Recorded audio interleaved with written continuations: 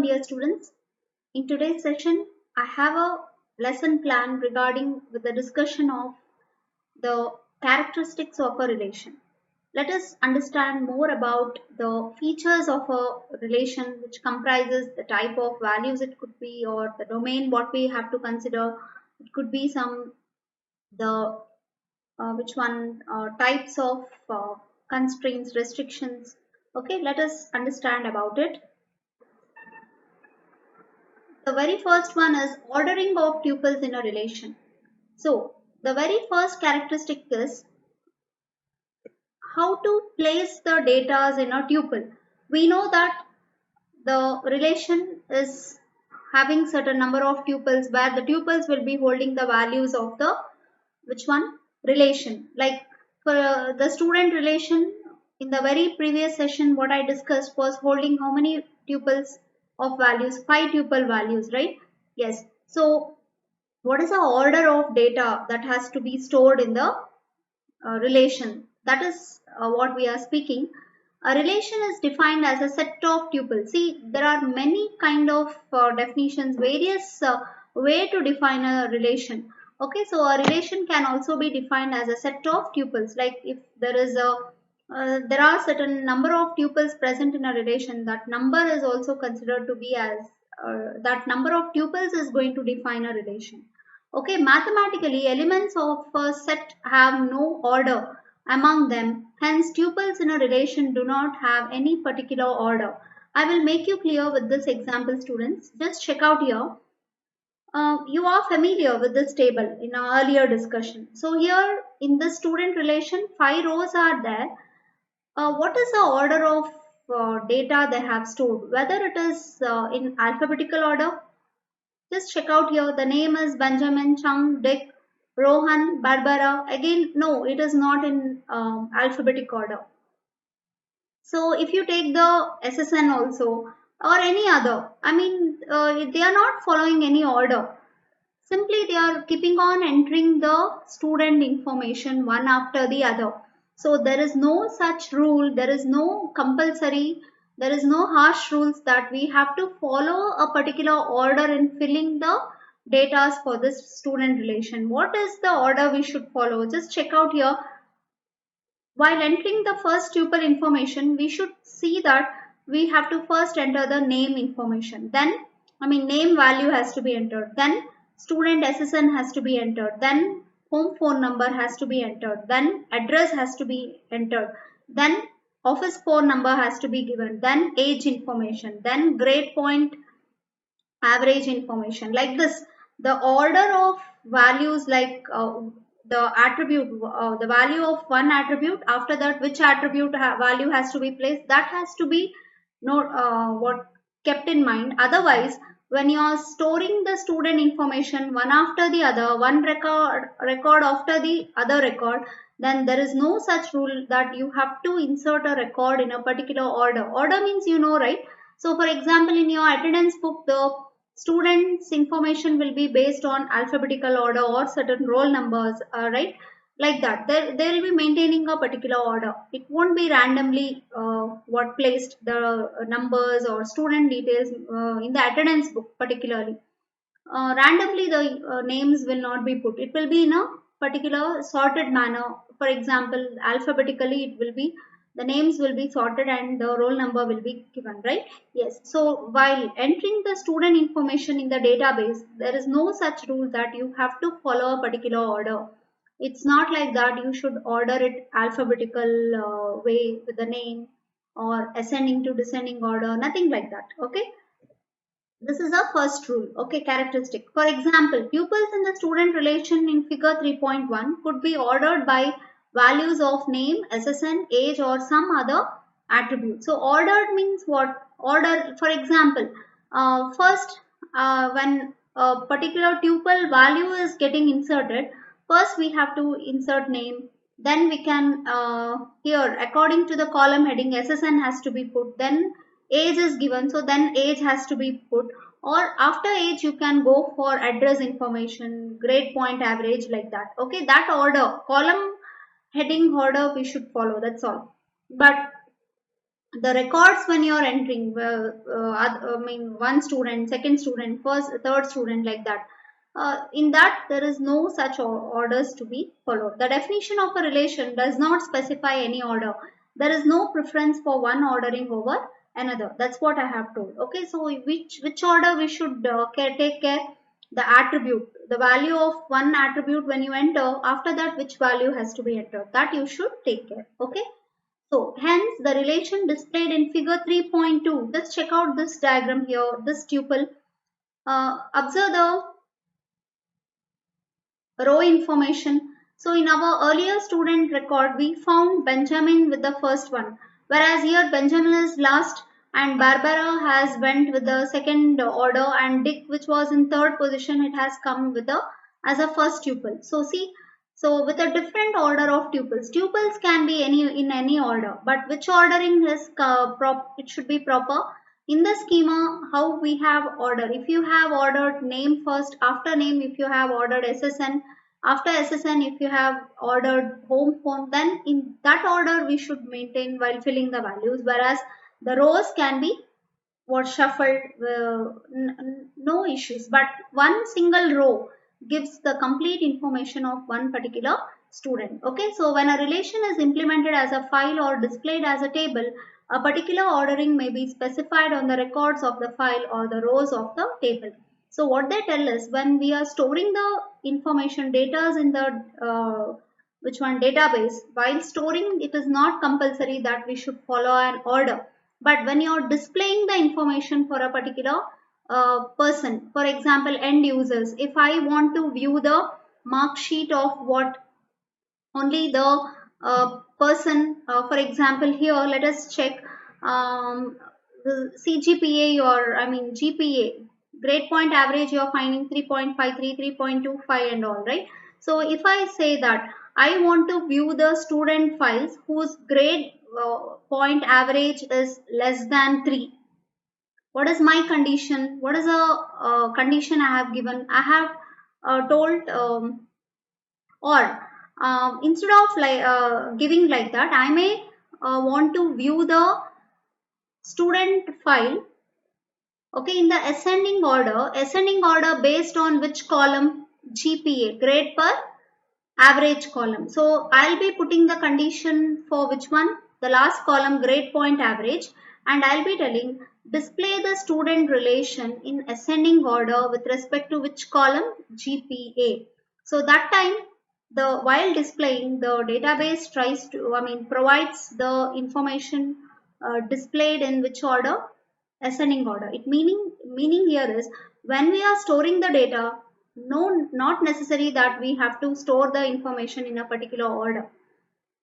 But while viewing, we can view the stored data in any order what we wish, by providing the conditions, like on what condition, based on which conditions we want to display the, or in which order we want to view the information. We have to frame a query and we can view the information stored in a file. Okay. Then that was a first characteristic. Second one, values and nulls in the tuple. So this, you know, we discussed atomic value. That is, any value you are entering into a cell, it should not be a divisible. It should not be divisible. It should be indivisible. So atomic value. Similarly, null. So what is that null value? If we don't know a particular value, it should be we don't know what to enter. It is what the value is unknown. That time special value null can be used.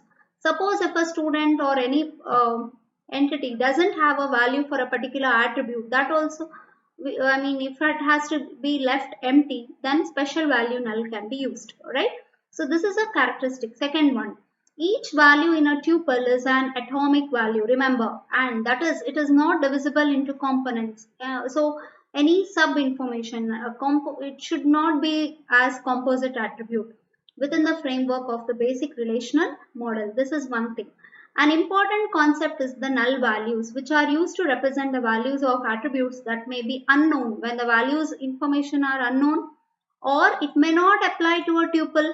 Suppose if I don't have a home phone number, then that cell cannot be entered with any value. So that is null value.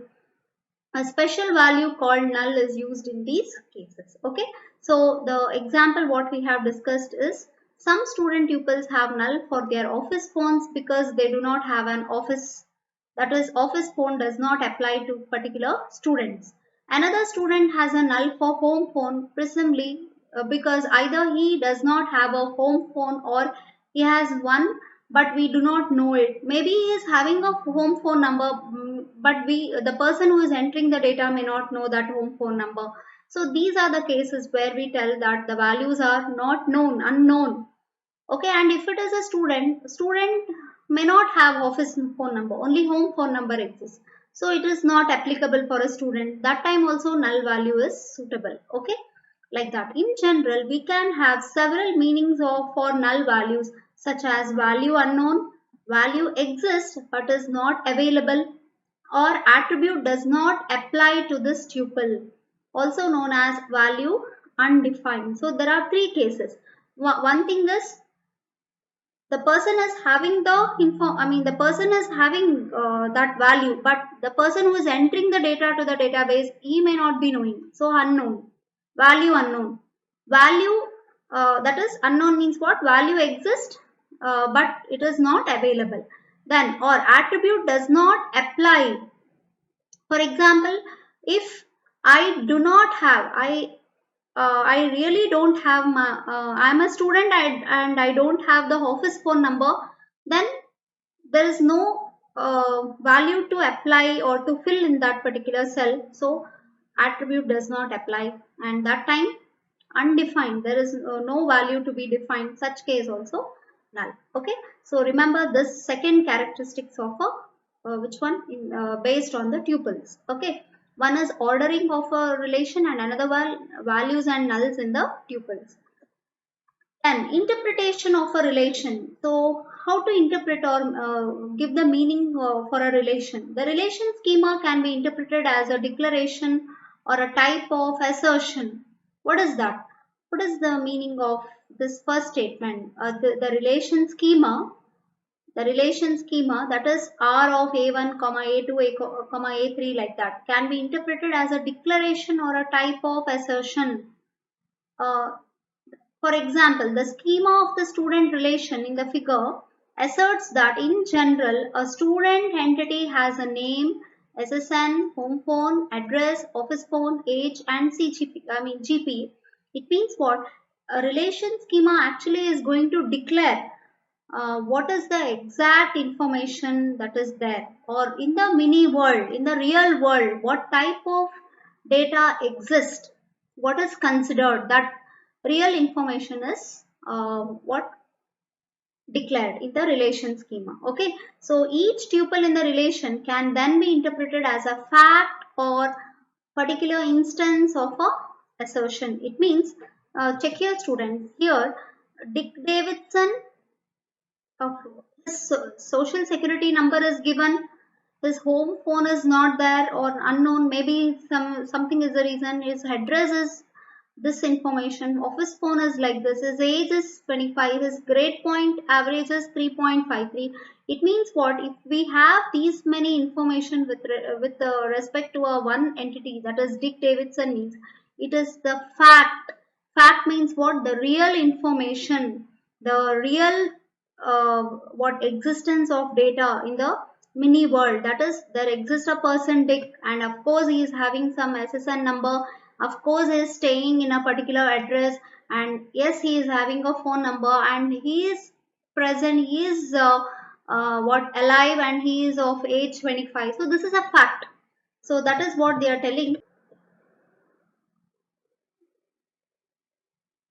a fact or a particular instance of a assertion. So interpretation of a relation is something which is actually storing the fact of information or data in the real world what schema that is represented. For example, the first tuple in figure 3.1 asserts the fact that there is a student whose name is Benjamin Bayer with SSN so and so, age is 19 and etc. Notice that some relation may represent facts about entities, whereas other relations may represent facts about relationship. So some relation is exact, like student relation is going to give the fact of a student about a student entity, but there are certain relation which is going to give the information, like when it is in relation with another table or another entity. So just check here. For example, a relation schema majors. Major is an entity name here. So student comma SSN department code asserts that students major in academic discipline. So here student SSN. For example, if this one Benjamin student code is 305612435, okay, comma department code is CS if it is there. Okay, so that particular student 30561 student bearing the SSN 305612435 majors means he has taken up which one, computer science. If the department code is CS in that particular relation, then it is going to give the information that that student is belonging to computer science department. So there are certain facts which is going to give the information about a particular entity, as well as which represents the facts with some other, I mean when it is when that entity is having a relation with another entity, that facts are also represented with the help of a relation. Okay, then a tuple in this relation relates a student to his or her major discipline. Hence, the relational model represents facts about both entities and relationships uniformly as relations. So here, both the tuple represents or specifies the facts about an entity and as well as relation. Okay, so it is not that with, the relation schema is going to define, or the tuple is going to give the meaning for a particular entity. No, the tuple is also going to give the meaning or fact of information when that relation is having a relation with another relation, when a table is having a relation with another table, or when an entity is having a relation with another entity. Okay, so that was with the features of which one, the relation with respect to the ordering of values in the tuples, and the value and null values and interpretation of data in a relation. Okay, now let us discuss the relational model notation. So what is that? A relational schema R, we know that capital R represents what? Relational schema of degree n. Degree n means what? If that relation is having some 7 attributes, n value will be 7. It is denoted by R A1 A2 AN. So if the degree is 7, so it means 7 attributes. The relation is having, the relation schema R is having 7 attributes. Relation schema here, example, if I am taking a student, student is having 7 attributes, n is 7, denoted by R A1 A2 like that, n value till 7. The uppercase letters Q, R, S denote relation name. So in our further chapter discussion, these are the which one symbols or the letters which is going to design depict which names, relation names, Q, R and S, remember it. Okay, and the lowercase letters Q, R, S, they are going to denote relation states. So what is that relation state? If you remember, each tuple is having certain values, right? Yes, yes, relation state, that is small r is equal to what? The values in it, right? V1, V2, V3. Yes. So Q, R, S are going to define the relation states. The letters T, U, V, they represents what? Tuples, that is row. Remember this, U, V denote tuples. In general, the name of a relation schema such as student also indicates the current set of tuples in that relation and the current relation state, whereas student name comma SSN refers only to the relation schema. So remember this, students, here relation schema is which one? This representation. Student name comma SSN, if we write this, it represents relation schema. Yes. So the current set of tuples, how many number of tuples exist in that relation? So that will be what? The which one? Relation state. And the name of a relation schema, that is what? Student will be going to give which type of information? Relation schema as well as relational state information. Okay, then An attribute A can be qualified with relation name R to which it belongs by using the dot notation R of A. So what is the meaning of R dot A? See, students, relation is having some n number of attributes. Like student relation is having 7 attributes. If I want to tell that I am referring the SSN. So I should also tell that I should not simply use SSN. I should tell SSN of which relation? Student relation. Are you all understanding? Suppose, I mean, if you remember, the employee entity is also having SSN attribute. So if I refer SSN of an employee, I should tell SSN of an employee. Okay, so that is what they are telling. An attribute A can be qualified. Any attribute name when we are using it is qualified means it is valid only with the relation name R. Any attribute name when we are using it should be associated with which name? The relation name. So to which it is actually belonging to. So and how we are going to do that? With the help of dot operator. Okay, dot notation. So just check out here this example. Student dot name, that is name is an attribute of which relation? Student relation. Or student dot age, so age is an attribute of which relation? Student relation. So this is because the same name may be used for two attributes in different relations. However, all attribute names in a particular relation must be distinct. So if it is a student relation, if it is having 7 attributes, the attribute name should be unique. So 7 attribute names should be unique to each other, different to each other. It should not collide. I mean, if you are having address information, for example, or else a phone number, home phone, office phone. So you have to give the attribute name like that. Home underscore phone, office underscore phone. So for home phone and office phone, for to collect both the phone numbers, you cannot use 2 times which attribute names. Phone, phone, phone. The name should not be repeated. Attribute name should be unique. Okay. So this is with attribute names in a particular relation must be distinct. Then an n tuple T in a relation R is denoted by T is equal to V1 till Vn. So n tuples. So 5 tuples we are having in the student relation. What was the number of rows we considered? The tuples, 5 rows, 5 tuples. So a 5 tuple T in a relation R, capital R is what? Student relation. It is denoted by T is equal to V1, V2. Like how many values are there overall? With the complete 5 tuples, we had 5 rows into 7 columns, 35, right? So V1, V2 till 35, where Vi is the value corresponding to attribute Ai. So every value, 35 values what we are speaking, first value, second value, third value, like that, 10th value, 11th value, each of them are going to be a particular value which is associated to a particular row and column. Okay, that is a meaning which will be associated to a particular attribute.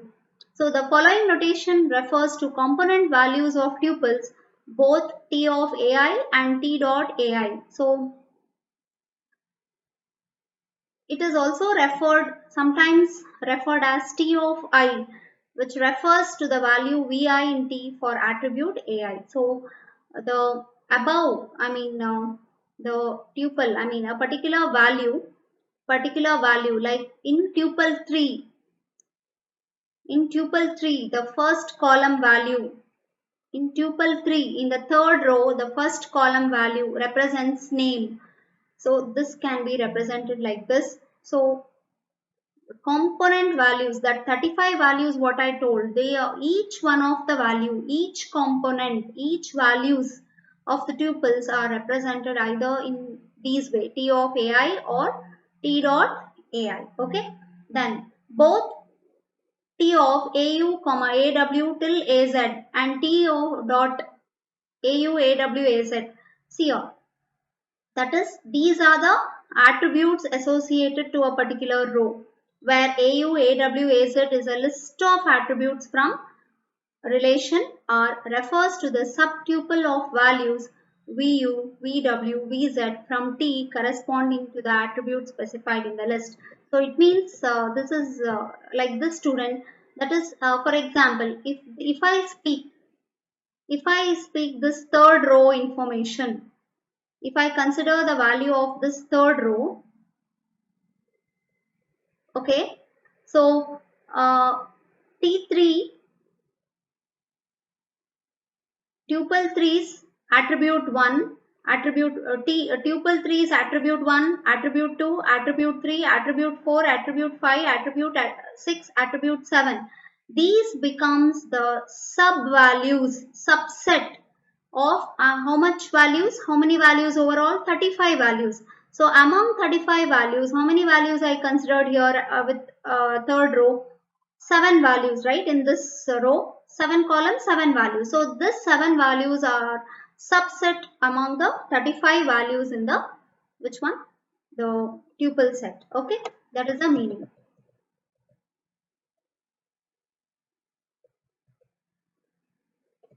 Fine. So at the end, we'll discuss this notation. As an example, consider this particular tuple. See, just now I referred the same way. Barbara Benson, then this is name of a student, this is SSN, this is home phone, this is address, then office phone, then age, then GPA, grade point average.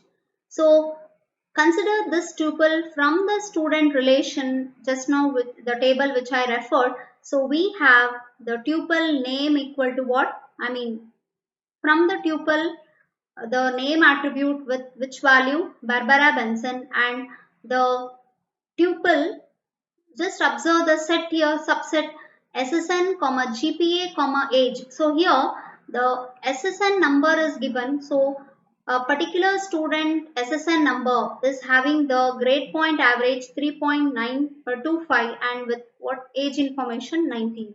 So here just check students, this tuple information is valid as we are having the reference. So the age and grade point average, only if these two were given, we were unable to understand which particular, what is the identity of this GPA and age, which student's information it is. It was difficult to understand. But as they have also included SSN here, it specifies that the GPA and age information of which student 533691238, that is nothing but the Barbara Benson's information. Okay.